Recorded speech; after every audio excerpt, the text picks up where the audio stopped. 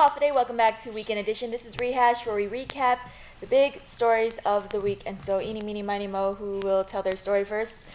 Well, I always go first, Ladies so first. I'll go first again. Well, the big news with DOE this week was regarding the long-awaited $100 million RFP. So that's been ongoing for almost 2 years now. So on Thursday of last week, they filed, news came out that one of the two bidders, Cortec International, filed a protest, which effectively stalled negotiations. They're saying that cost wasn't included in the RFP process, which means it violates Guam procurement law because Guam procurement law requires that they award the bid to the company that offers the best overall value. So we'll see how this plays out. It might take a lot longer for schools to see renovated campuses. And speaking about development, the story I did this week was about the Pago Bay Marina Resort. It's this new development in the Pago Bay area. It's 2 towers, 15 stories high, 304 condominium units. Well, they had a public hearing for the proposal, and residents, not just from Talampago and Jotnia, but all over the island, they were raising concern with it.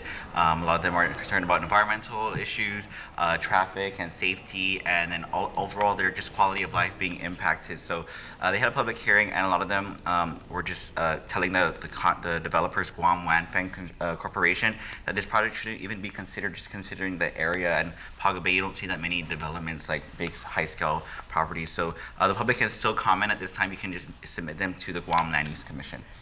Okay. Jason? And I was really excited because our live stream is up and running. We are doing 6 days a week, basically Monday through Saturday all the way. So we stream the entire KUAM News Prime Time and the last half hour. So on Mondays, it's KUAM News Extra. Fridays, Fiesta Friday. Wednesdays is The Buzz. But we have something different every single night. People can actually join the chat room. It's going on live, send feedback to the show, and we'll actually use their comments as we're doing the show. So it's a really interesting way to get interactive with us in real time. Okay, and actually, speaking of being interactive, the story I did this week was all viewer-submitted videos.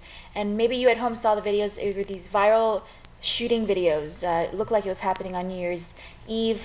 A bunch of people firing off their guns. They were speaking Ilocano, and so the Philippine media also got a hold of it, and they were very interested in the story, and they actually traced it all the way to Guam. And so we did a little of our investigative reporting here, and we found the person who actually posted the video on his Facebook, Edgardo Quinnen. I had an exclusive interview with him, and can I tell you, he is very, very apologetic about the whole situation. He tells KUAM that the videos were actually captured last year at his Jigo home, and that his house is in an agricultural area, not a residential area. He has his firearms ID. Again, he didn't mean to post the videos, that he was transferring old photos from his old phone to his new cell phone and accidentally published it on his Facebook profile. Again, he said he blames it due to lack of knowledge. But so as a result, the local and Philippine authorities did launch their investigations. By the time it was too late, he had realized that he had accidentally posted it. So he's being interviewed with ATF, that's the Bureau of Alcohol, Tobacco, Firearms, and Explosives. And to date, they've already confiscated over 12 of his guns while they conduct an investigation, but no arrest has been made at this point.